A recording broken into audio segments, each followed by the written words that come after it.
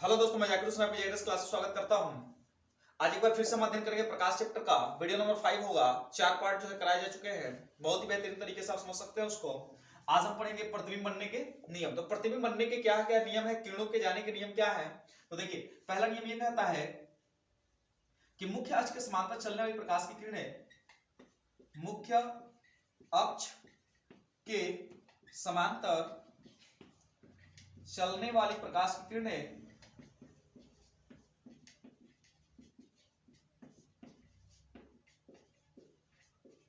परावर्तन के पश्चात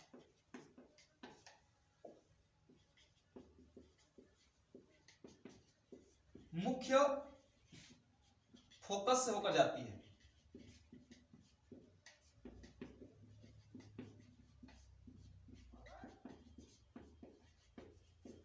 मुख्य अक्ष से समांतर चलने वाली प्रकाश की जो किरणें होती है, जब रिफ्लेक्शन हो जाएगा तो कहां से जाएगी? मुख्य फोकस से होकर जाती है। दूसरी बात क्या आता है? वक्रता केंद्र से गुजरने वाली प्रकाश की किरणें परावर्तन के पश्चात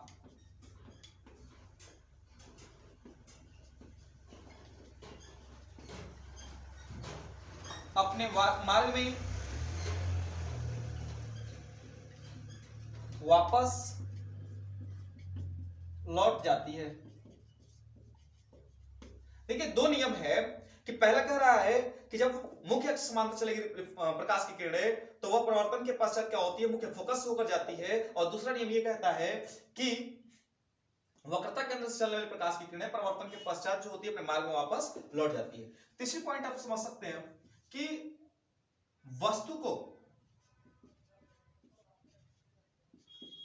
सदैव दर्पण की बाईं ओर रखते हैं।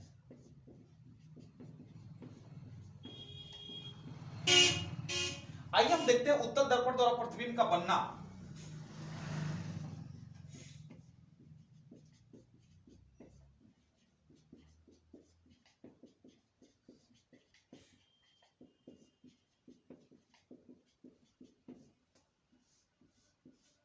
देखिए बच्चों, उत्तल दर्पण द्वारा हम प्रतिबिंब को कैसे बनाएंगे, कैसे प्रतिबिंब जो होगा उत्तल दर्पण के माध्यम से बनेगा।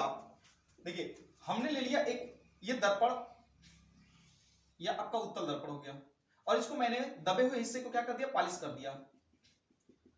अब जिस खोखले गोले का भाग होगा, तो मान लीजिए यहां से मुख्य अक्ष से जाएगी प्रकाश की किरणें। अब जो है यहां पर देखिए, ये फोकस हो गया और ये क्या हो गया? इसका वक्रता केंद्र हो गया। तो मैंने क्या कहा कि यदि वस्तु को आप कहीं अनंत पे रख दिए, ये मान लीजिए इन्फिनिटी पे वस्तु को रख दिया आप। अब ये क्या होगी कि यहां से वस्तु है आपकी ए और बी है। अब ये मुख्य अक्ष के समांतर प्रकाश की किरण चलेगी, चली गई। ये प्रकाश की किरण जा रही है, जाने के बाद क्या होगी? मैंने कहा कि ये प्रकाश की किरण जाती है तो परावर्तन के पश्चात मुख्य फोकस है, तो ये फोकस है, इससे होकर गुजर जाएगी ये वाली। दूसरी क्या है? मैंने कहा कि वक्रता केंद्र से होकर जाने वाली प्रकाश की किरणें, तो वक्रता केंद्र से गुजार दीजिए इसको। देखिए, गुजार दिए, तो गुजारने के बाद यह अपने मार्ग में ऐसे आ रही थी, लेकिन जब रिफ्लेक्शन होगा तो फिर इधर लौट जाएगी। तो जहां पे काटता है वहीं पे क्या बनता है? प्रतिबिंब बनता है। अब देखिए प्रतिबिंब की स्थिति और प्रकृति। स्थिति कहां है? तो प्रतिबिंब की जो स्थिति है, हम कह सकते हैं यहां पे कि ये दर्पण का ध्रुव है, तो ध्रुव व फोकस के बीच है, ध्रुव व फोकस के बीच। अब देखिए बच्चों, प्रकृति की बात कर लेते हैं। तो इसकी प्रकृति कैसी है, इसका नेचर कैसा है, कहां पर? तो देखिए, हम कह सकते हैं कि बनता है सीधा। सीधा तो बन रहा है, लेकिन दर्पण के पीछे बन रहा है, तो आभासी। और कैसा बन रहा है? क्या वस्तु से बराबर बन रहा है कि वस्तु से छोटा बन रहा है? तो आपका देखिए, वस्तु से छोटा बनता है, वस्तु से छोटा बनता है। तो हमने देख लिया कि वस्तु प्रतिबिंब जो बन रहा है उत्तल दर्पण द्वारा कैसे बन रहा है और इसके नियम क्या थे। तो ये जो था आपको उत्तल दर्पण द्वारा प्रतिबिंब बनाने के नियम बता दिए गए, कैसे बनता है, उसकी स्थिति क्या होती है, कैसे बनता है।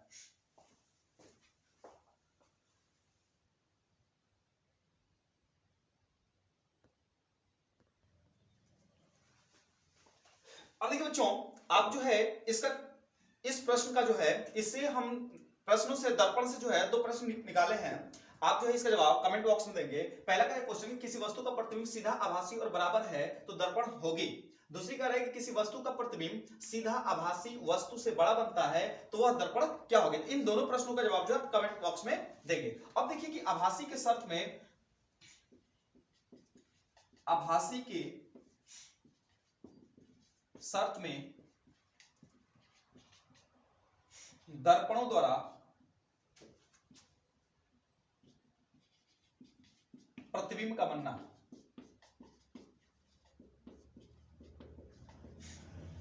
देखिए आभासी के शर्त में दर्पण द्वारा कैसा कैसा प्रतिबिंब बनता है, समतल, अवतल और एक होगा उत्तल। देखिए समतल जो होती है उसका प्रतिबिंब आभासी बनेगा, लेकिन कैसा बनता है, वस्तु के बराबर बनता है, वस्तु के बराबर बनता है, बताया जा चुका है, आप देख सकते हैं वीडियो। अवतल दर्पण में क्या होगा, वस्तु से सदैव बड़ा बनता है, सदैव बड़ा बनता है। और उत्तल में क्या बनता है, वस्तु से सदैव छोटा बनता है। तो आपने देखा कि जो आभासी होती है तो आभासी के शर्त में, तो आभासी के रूप में तीन दर्पण है, समतल, उत्तल और अवतल। तो इन तीनों दर्पणों में वस्तु कैसी कैसी बनेगी, सॉरी प्रतिबिंब कैसा कैसा बनेगा। तो यदि समतल दर्पण है तो उसमें प्रतिबिंब जो बनेगी वह वस्तु के बराबर बनेगी। दूसरा है अवतल दर्पण है तो उसमें वस्तु जो होगा सदैव, प्रतिबिंब जो बनेगा सदैव वस्तु से बड़ा बनेगा। और उत्तल दर्पण में सदैव वस्तु से क्या बनता है, छोटा बनता है। आइए देखते हैं बच्चों, अब दर्पण सूत्र देखते हैं। दर्पण सूत्र, दर्पण सूत्र क्या होता है, तो दर्पणों को उनकी वस्तु फोकस दूरी, वस्तु की दूरी और प्रतिबिंब को लेकर के एक संबंध बताया जाता है जिसको हम दर्पण सूत्र कहते हैं। और ये होता है 1/f बराबर 1/v प्लस 1/u। अब यहां पे f क्या है, देखिए f जो है फोकस दूरी है, v क्या है, प्रतिबिंब की दूरी है, ध्रुव से प्रतिबिंब की दूरी, ध्रुव से प्रतिबिंब की दूरी। और जो u है यह हम कह सकते हैं कि ध्रुव से वस्तु की दूरी है। तो ध्रुव से वस्तु की दूरी को u से इंडिकेट करते हैं, ध्रुव से प्रतिबिंब की दूरी को v से इंडिकेट करते हैं और फोकस दूरी को किससे इंडिकेट करते हैं, f से इंडिकेट करते हैं। तो ये होता है हमारा दर्पण सूत्र होता है। लेकिन इन प्रश्नों का आप जवाब, इन दोनों प्रश्नों का उत्तर जो है आप कमेंट बॉक्स में जरूर देंगे, ध्यान रखें।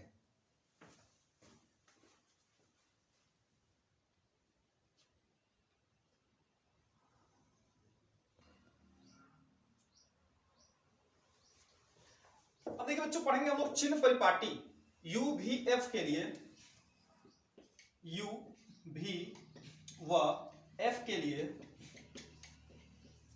चिन्ह परिपाटी।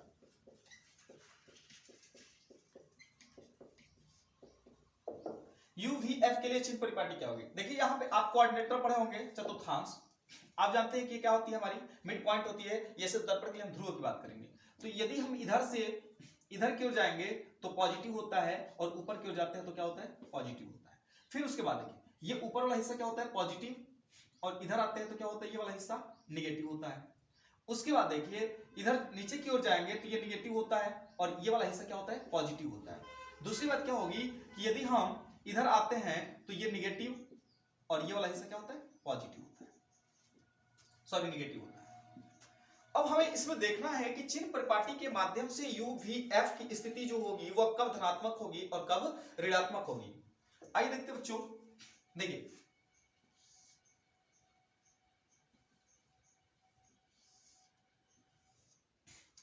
यदि हम सबसे पहले लेते हैं अवतल दर्पण। देखिए अवतल दर्पण, बाहरी वाले हिस्से को क्या करेंगे, काली कर देंगे। अब देखिए यदि हमने बाहरी अवतल के लिए देखते हैं,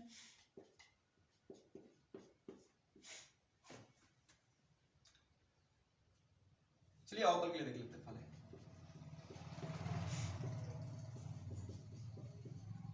भी, यू और एफ।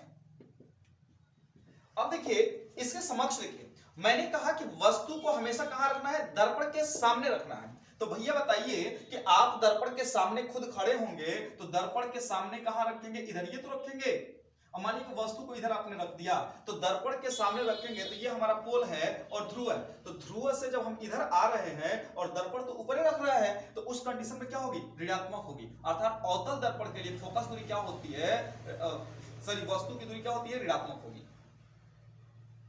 दूसरी बात देखिए भी, अब अवतल दर्पण में जो वस्तु प्रतिबिंब बन रहा है, इसमें प्रतिबिंब जो इधर बन रहा है हमारा, तो इधर जब प्रतिबिंब बनेगा तो उस कंडीशन में क्या होगा, ये धनात्मक होगा, सॉरी ये भी क्या होगा, ऋणात्मक होगा। और फोकस दूरी भी क्या होगी, ऋणात्मक होगी। फोकस दूरी भी क्या होगी, आपने देखा कि ऋणात्मक, क्योंकि जो फोकस दूरी होगी, फोकस तो इधर ये होगा, तो जब फोकस इधर होगा तो फोकस दूरी भी ऋणात्मक है।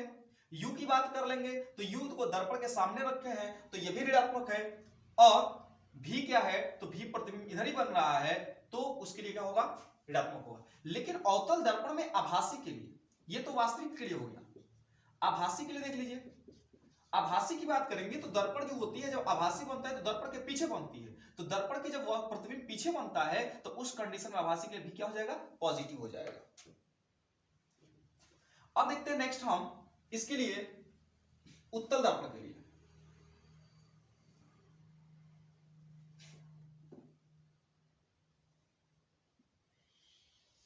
अब देखिए ये वाला हिस्सा,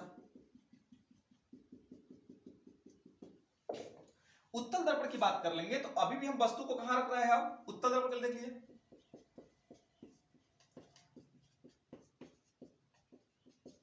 और शीशा तो कालिक तो इधर ही की है, तो दर्पण को हम कहां रखेंगे, इधर ही रखेंगे वस्तु को। वस्तु को इधर रख दिए तो वस्तु हमेशा कहां रख रहे हैं, दर्पण के सामने, तो यू क्या होगी, उत्तल दर्पण के लिए यू क्या होगा, ऋणात्मक होगा। उसके बाद देखिए इसकी फोकस की बात करेंगे तो फोकस तो हमारा इधर होता है, और मैंने बताया कहा कि फोकस जो क्या होगी, धनात्मक, तो उत्तल दर्पण के लिए फोकस दूरी क्या होती है, धनात्मक होती है। अब प्रतिबिंब जो बनेगा उत्तल दर्पण में वो कहां बनता है, पीछे बनता है, तो उसके लिए भी क्या होती है, धनात्मक होती है। तो आपने देख लिया उत्तल दर्पण और अवतल दर्पण के लिए चिन्ह परिपाटी क्या होता है और कैसे उसका जो है हल निकाला गया है, आप समझ सकते हैं इसको।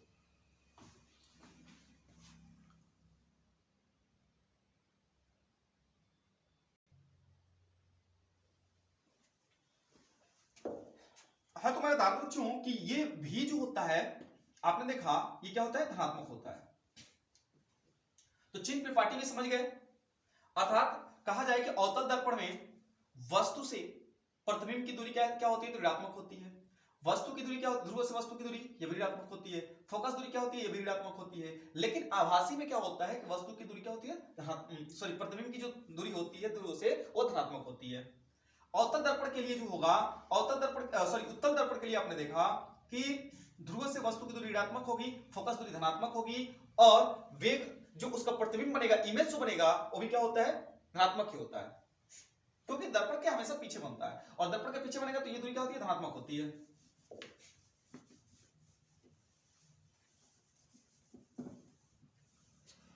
अब पढ़ेंगे हम रेखीय आवर्धन।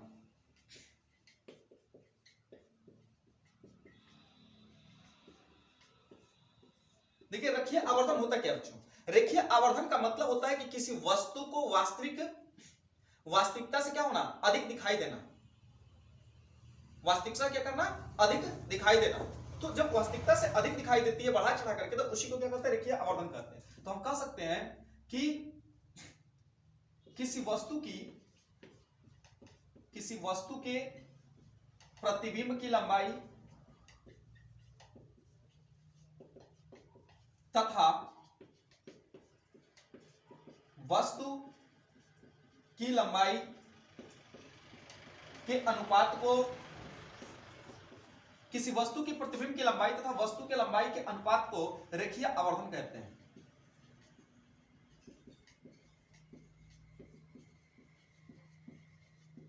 रेखीय आवर्धन कहते हैं। अब देखिए रेखीय आवर्धन को किससे इंडिकेट करते हैं, एम से इंडिकेट करते हैं। एम बराबर होता है आई बटे ओ, अर्थात इमेज बटा ऑब्जेक्ट, बराबर माइनस भी बटा यू।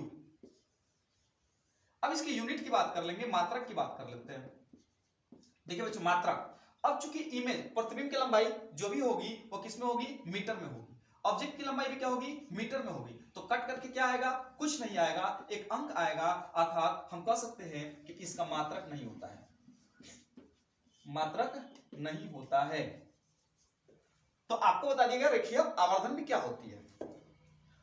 तो मैं समझ रहा हूं कि आपको अच्छे तरीके से समझ में आ रहा होगा, जहां तक उम्मीद है। तो रेखीय आवर्धन भी आपको मैंने बता दिया।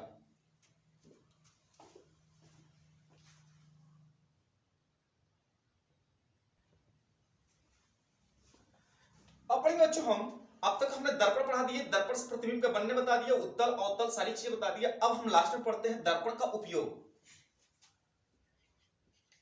दर्पण का उपयोग।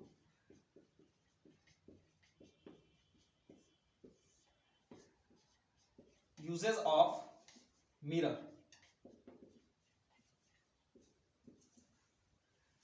देखिए यहां पे पढ़ेंगे समतल, अवतल और उत्तल। देखिए यह है अभिसारी,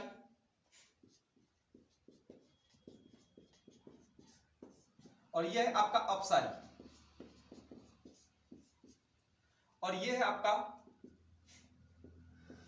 देखिए समतल दर्पण का प्रयोग क्या होता है, समतल दर्पण का प्रयोग जो है आप फैशन करने में कर सकते हैं, फैशन करने में।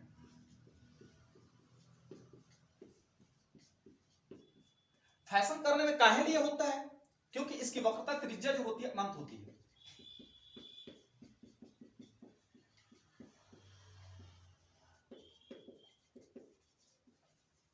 तो जिस चीज की, जिस दर्पण की वक्रता त्रिज्या जो होती है अनंत होती है, उसका प्रयोग जो है आप फैशन करने में कैसे। अब मान लीजिए जल्दी जल्दी उठते हैं आप और क्या करते हैं, सुबह सुबह मान लीजिए पार्टी में जाना है या कहीं कोई जाना होता है, तो तुरंत बाल उभेंगे, आप फटाफट लगा के क्रीम में चल देते हैं।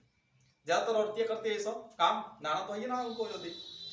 तो समतल दर्पण में क्या है कि फैशन करने में किया जाता है। दूसरी बात क्या है, अवतल दर्पण। अवतल दर्पण का मतलब क्या है कि अभिसारी, अभिसारी का मतलब क्या करना है, प्रकाश को एक जगह केंद्रित करना है। तो प्रकाश को जब एक जगह केंद्रित करना है तो तभी तो हम किसी चीज को देख पाएंगे। तो हम कह सकते हैं कि चिकित्सा के क्षेत्र में, चिकित्सा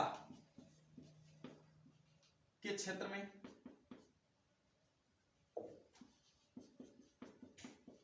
अब चिकित्सा के क्षेत्र में कैसे, कान, नाक, गला आदि। अब देखिए कान, नाक, गला इत्यादि, यदि दांत, दांत भी हो जाएगा।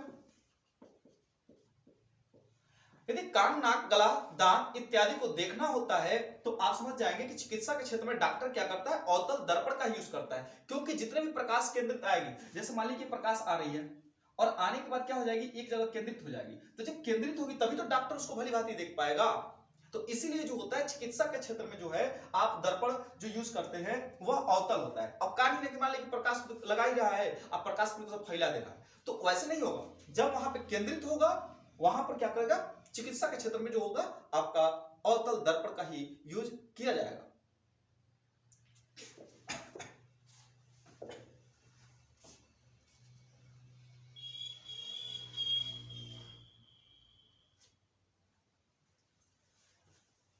उसके बाद कह सकते हैं आप कि सोलर कुकर में भी यूज किया जाता है। सोलर कुकर बाल दाढ़ी बनाने में,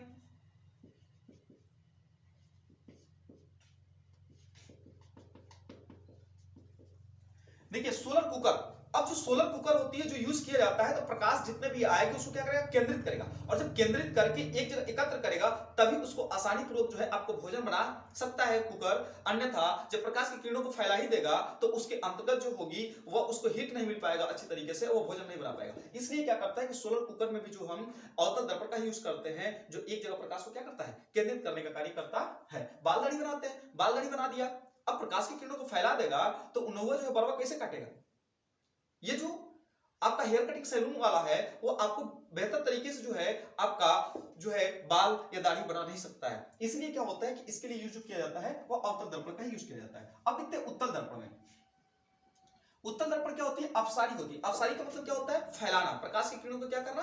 फैलाना। अब प्रकाश की किरणों को फैला देगा तो देखिए इसका प्रयोग जो है किया जाता है यहां पे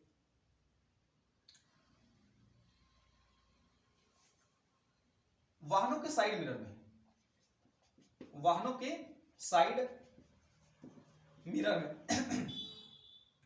वाहनों के साइड मिरर में। और जो हेडलाइटें होती है, अवतल दर्पण का प्रयोग जो है हेडलाइटों में किया जाता है, हेडलाइट, गाड़ियों के हेडलाइट में। लेकिन वाहनों के साइड मिरर में जो है आप उत्तल दर्पण का, क्योंकि प्रकाश की किरणों को फैलाना है और उसके दूर की चीजों, आती हुई दूर की चीजों को भी क्या करना है? उसको ऑब्जर्व करना है। तो ये है वाहनों के साइड मिरर में, और कह सकते हैं स्ट्रीट लाइट में, स्ट्रीट लाइट में। आप देखते हैं बच्चों कि जो स्ट्रीट लाइट होती है वो किसी इस प्रकार की होती है, ये पोल है और इस पोल पर जो होती है इस प्रकार से लगा दी जाती है। अब पूरा प्रकाश क्या करता है? इसको फैला देता है, नीचे की ओर क्या करता है? ये फैला देता है। तो प्रकाश क्या होती है? अपसारी का मतलब ये बताएगा कि एक बिंदु से प्रकाश का क्या होना? चारों तरफ फैल जाना। तो जब फैल जाता है इसी को कहते हैं उत्तल दर्पणी अपसारी दर्पण का प्रयोग। इसलिए स्ट्रीट लाइनों में जो होती है, जो गली वाली लाइटें होती हैं, उस गली वाली लाइटों में जो है यूज किया जाता है वह उत्तल दर्पण होता है, न कि अवतल दर्पण होता है।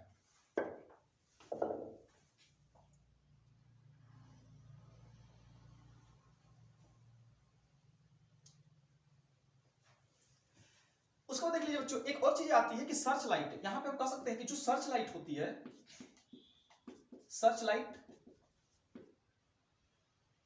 या विद्युत टेबल लाइट। विद्युत टेबल लाइट में भी क्या होती है कि सर्च लाइट होती है, तो सर्च लाइट में भी क्या होता है? हम अवतल दर्पण का यूज करते हैं। तो आपने देख लिया कि दर्पण का उपयोग कैसे किया गया और किस प्रकार से और कहां कहां इसके यूज है और किन किन क्षेत्रों में किया जाता है। तो ये जो थी आपकी क्लास, जो थी फिजिक्स की, जो है लगातार कंटिन्यूअस चलाई जा रही है। आप ज्यादा से ज्यादा देखें, और ये जो क्लासें हैं रेगुलर कराई जाएगी, बिल्कुल निःशुल्क है, जिससे आप जो है भली भांति आप तैयार कर सके। और ज्यादा से ज्यादा वीडियो को देखें, सब्सक्राइब करें, और जो चीज ना हो उसे कमेंट करें। ठीक है, वीडियो को देखने के लिए दिल से धन्यवाद।